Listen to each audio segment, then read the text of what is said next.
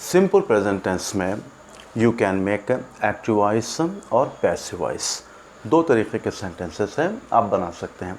इसमें जो important thing है वो है वर्ब, और वर्ब को हम समझते हैं कि वो एक स्टेटिव होता है, जैसे कि बी है, बी का मतलब होगा एम, आर और इज़, ये सिंपल प्रेजेंट में। ओके, तो ये इनकम्प्लीट प्रेडिकेशन है। इसके बाद में कोई एक नाउन या एडजेक्टिव या एडवर्ब या प्रपोजिशन या V3 form of the verb, ING form of the verb आप यूज़ कर सकते हैं, और इसको इस सब्जेक्ट ऑफ द वर्ब को आप कंप्लीट कर सकते हैं। इसको आप कॉम्प्लीमेंट भी बोल सकते हैं। अच्छा, एक्शन वर्ड्स होते हैं, दो तरीके के इसमें वर्ड्स हैं। एक तो इस तरीके के वर्ड आते हैं, गो, रन, स्लीप, सिट है, और भी एक लिस्ट आएगी। इसमें क्या होता है, जब आप सेंटेंस को बड़ा करने के लिए डिफरेंट क्वेश्चंस यूज़ करते हैं, व्हेन, व्हाई, हाउ, तो ये एडवर्बियल क्वेश्चंस है। लेकिन जब आप प्रोनोमिनल क्वेश्चंस करते हैं, व्हाट, हु, तो इन क्वेश्चंस का इसमें आंसर नहीं मिलेगा आपको। जैसे कि आई गो, व्हाट, क्योंकि गो अपने अंदर पूरे माना रखता है, वो किसी और वर्ड का मोहताज नहीं है कि उसके माना को पूरा करें। लेकिन यहाँ सेल देखेंगे आप, ड्राइव, टेक, स्पीक, और एक लिस्ट ऑफ द वर्ब्स आती हैं। अब यहाँ देखेंगे आप, जब मैं आई सेल बोलूँगा तो एक क्वेश्चन अराइज होगा, व्हाट, तो व्हाट का एक आंसर मिलेगा नाउन की शक्ल में, नाउन या प्रोनाउन। ओके, तो I sell cell phones, I sell new products, या I drive, you drive what, a car. Okay, she takes what, tea, they speak what, English. Okay, तो ये व्हाट का आंसर मिलेगा आपको। तो इसका मतलब ये हुआ कि ये डूअर ऑफ द एक्शन है, जिसको फाइल कहते हैं आप। किस पर ये अमल हो रहा है, ये मफूल होगा, इसको हम ऑब्जेक्ट ऑफ द वर्ब बोलते हैं। ओके, तो दे स्पीक इंग्लिश, ये व्हाट का आंसर मिलेगा आपको। इस तरीके के जो वर्ब्स हैं, इस तरीके के वर्ब्स को हम बोलते हैं ट्रांजिटिव वर्ब्स, जो किसी और वर्ड के मोहताज हैं ताकि अपने माना पूरे करें। आई सेल पूरा माना नहीं दे रहा, आई सेल अ प्रोडक्ट। ओके, तो जब तक ये प्रोडक्ट ना आए, ये सेल का मीनिंग नहीं समझ में आएगा। ओके, लेकिन यहाँ गो देखिए आप, गो में व्हाट की ज़रूरत नहीं है। हाँ, you can use where, why, when, how, और you get the answer. I go to market, where, I go to market for buying fruits, how, by bike. Okay, तो ये रन को ले लीजिए आप, स्लीप को ले लीजिए, इसके आपको व्हाट के आंसर्स नहीं मिलेंगे यहाँ पर। हाँ, दूसरे क्वेश्चंस के इसमें भी आप आगे और बढ़ा सकते हैं। I sell a product, why, when, how, ये पूरे। तो दो तरीके के वर्ड्स हो गए। वर्ब्स में दो तरीके के हैं, एक है इंट्रांसिटिव, एक है ट्रांसिटिव। इसको आप फ़ेल लाजिम कह लें और इसको फ़ेल मुताद्दी कह लें आप। तो ये वर्ब्स की तो आप बिल्कुल ही एक्टिव वॉइस पैसिव वॉइस नहीं बना सकते, इसका भी पैसिव वॉइस नहीं बना सकते। अब जो बनाने वाले वर्ड्स हैं वो है ये ट्रांसिटिव है, इन्हीं पे हम बात करेंगे। ठीक है, तो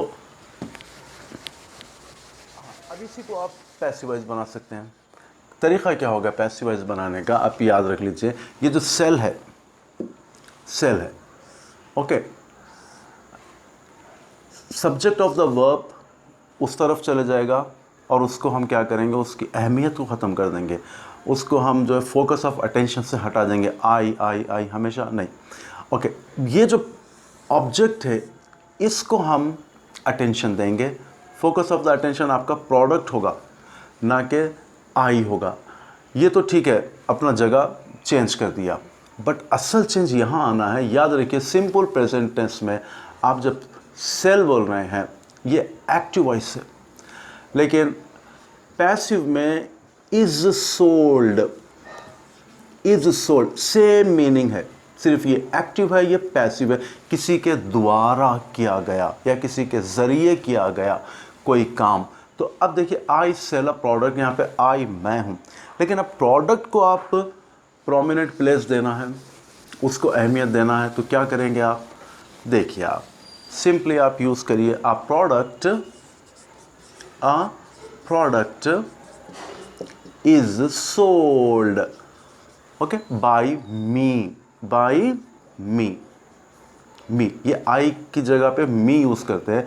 जब हम ये प्रोनाउंस देखें आप, वर्ब से पहले आएंगे सब्जेक्ट में तो ये यूज़ करेंगे आप, ये शेप होगी, लेकिन जब ये ऑब्जेक्ट में आएंगे तो इसकी शेप चेंज हो जाएगी, अस, वी जाके अस होगा, आई जाके मी होगा, ही हिम बनेगा, शी हर, और दे देम में चेंज होंगे। ठीक है, तो ये आइडिया मिल गया आपको। ये तो क्या क्या चेंजेस ज़रूरत है हमको? एक तो ये मेन वर्ब है, इसकी इंपॉर्टेंस है, उसके बाद में ये जो ऑब्जेक्ट ऑफ द वर्ब है वो पहले आ जाएगा। यहाँ पे मतलब ये हुआ कि प्रोडक्ट बेचा गया, अब किसके द्वारा? बाय मी बोलिए या मत बोलिए। ऐसे ही सेंटेंसेस आपको न्यूज़पेपर में मिलेंगे। अ प्रोडक्ट इज से sold, okay, English is spoken, English is spoken. अब ये English is spoken means students speak English है, तो अब स्पीक का जो पैसिव वॉइस होता है वो इज स्पोकन होगा, स्पीक का पैसिव वॉइस इज स्पोकन होगा। कौन बोला गया? जब इज स्पोकन आ गया तो आप समझना है कि ये काम किसी के ज़रिए हुआ है, ओके। तो ये इंग्लिश इज स्पोकन, अब by the students, by the teachers, by the non teaching staff, ये आपको ज़रूरत नहीं है, ओके। बोलना चाहे तो स्मोकिंग इज़ प्रोहिबिटेड, अब बाय द अथॉरिटीज़ ही करेंगे, हर कोई तो नहीं कर सकता। तो इस तरीके के जो ये पैसिव वॉइस हैं ये आप बना सकते हैं। अब एक मिसाल और ले लेते हैं, जैसा कि चूँकि ये बाय मैनेजर कॉल्स अनीता है ना, पूरा ये calls takes an object, who का ये आंसर मिल रहा है आपको। इसको क्या करना है, आप इधर लाने का है अनीता, ओके, और मैनेजर इधर आ जाएगा, bye the manager, bye the manager, okay. Now अब ये असल है कॉज, इसका चेंज ही पैसिव है एक्चुअल, ये तो आसान है, डूअर ऑफ द एक्शन, ये रिसीवर ऑफ द एक्शन। अब हम रिसीवर ऑफ द एक्शन को इधर ले लिए, ओके। असल ये चेंज करना है, क्या तरीका मैं आपको बताया, एक्टिव में रहेगा तो ये सेल, पैसिव होगा तो इज सोल्ड, तो सेम उसी फॉर्मूले को यूज़ करिए। कॉल्स है, क्या आएगा बोलिए, इज कॉल्ड, कॉल्ड V3 है ये, ठीक है। ये आपका Anita is called by the manager, even अगर आप बाय द मैनेजर ना बोले तो Anita is called, finish. You are told, देखिए आप यू आर टोल्ड बोल तो बाय मी तो है बाय मी, अब मैं फिर बोलने की ज़रूरत क्या है, by me. You are told not to answer without asking, okay, unless you are asked, okay, you should not give the answer। यहाँ पर